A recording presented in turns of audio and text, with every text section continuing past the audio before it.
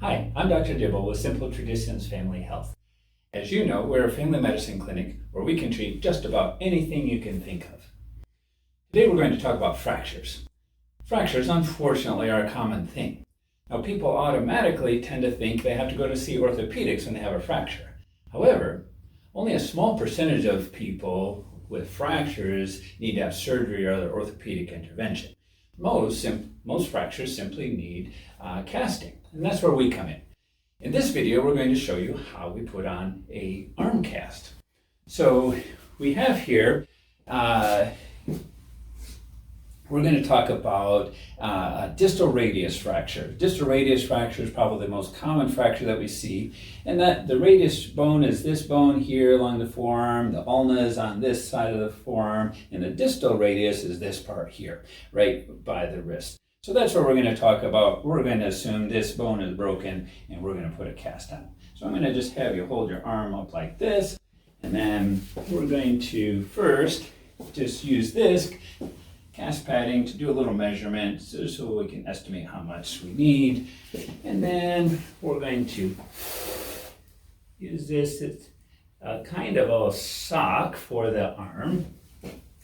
And it helps protect the arm when we put the cast on. We've got a little thumb hole here. So this little sock will go on the arm. You put that there and put your thumb through that hole there, and then it just goes on like this. Like that, perfect. And then we need another little sock for the thumb. Sounds funny to put a sock on the thumb.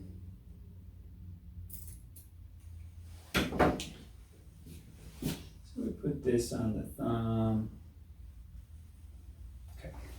And then we're going to put some padding here, and the padding's important to make it comfortable so that the cast doesn't put too much pressure on the skin and irritate it.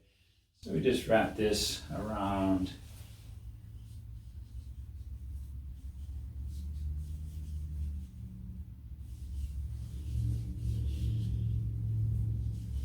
This cast padding material is easy to work with. You can kind of make it whatever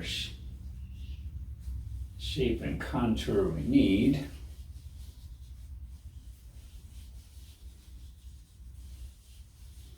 And we just come all the way down here. And this particular cast that we're putting on is called a short arm cast because it just is on the forearm, doesn't go past the elbow. All right. Then we're ready to put the actual cast part on.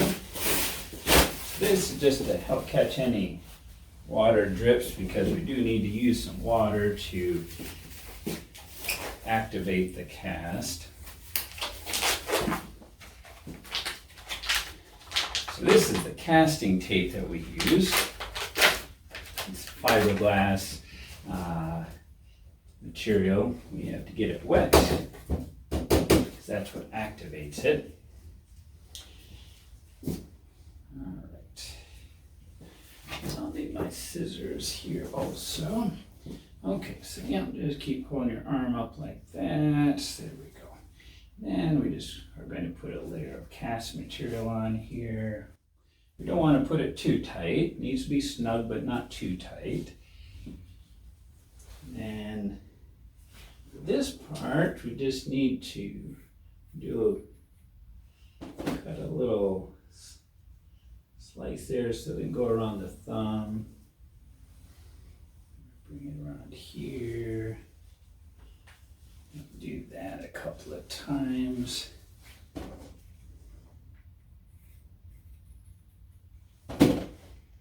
Once again, around the thumb here.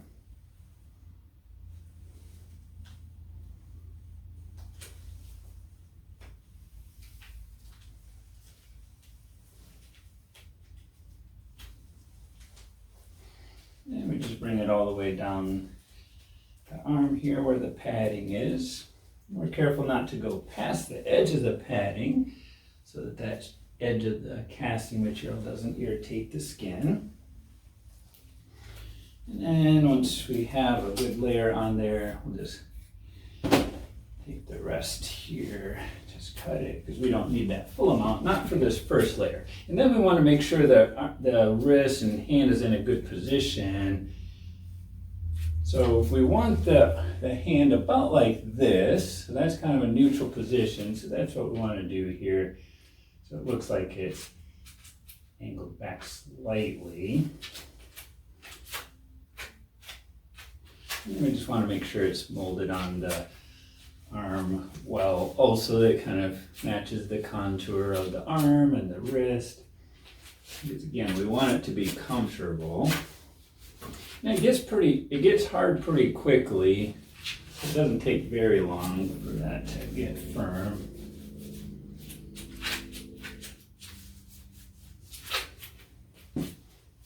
And then we're going to pull down these edges now because we want the cast to look pretty.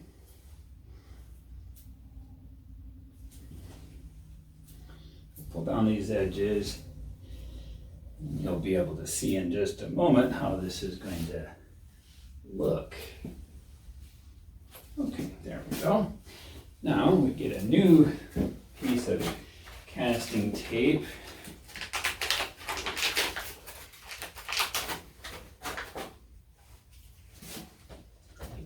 Wet also.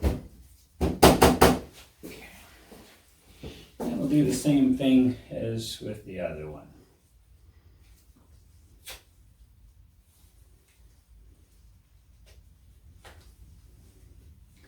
Now we're coming up over this little sock material, and then you won't even see those edges anymore once we're done with this part.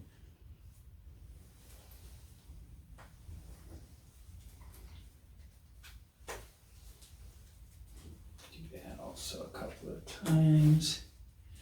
So we want to make sure this cast is strong enough to hold together well and support the broken bone.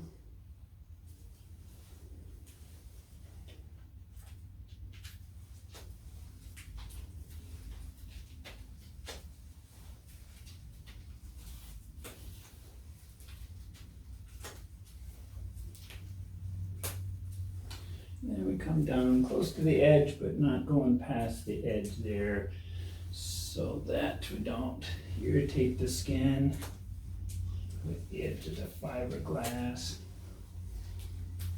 And then same thing, we just cut off the excess here. And one last thing, I'm just going to wet my hand there and just rub on the edge here just to make sure that that edge of the casting tape seals well there and doesn't unravel.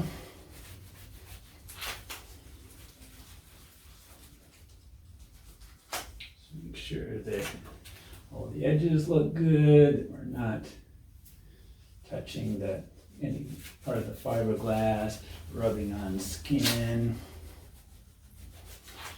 All right, that looks good and it's firm.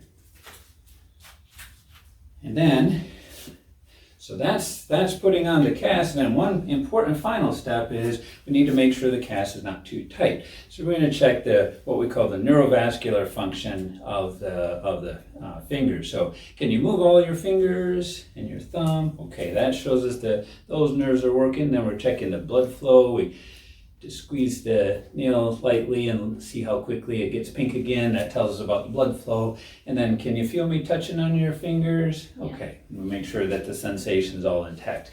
So that tells us that cast is not too tight. And are you having any pain at all? No. Okay, that's excellent. All right, that is it. Now it's important to keep the cast dry, and then we will plan to see her back in 1 month.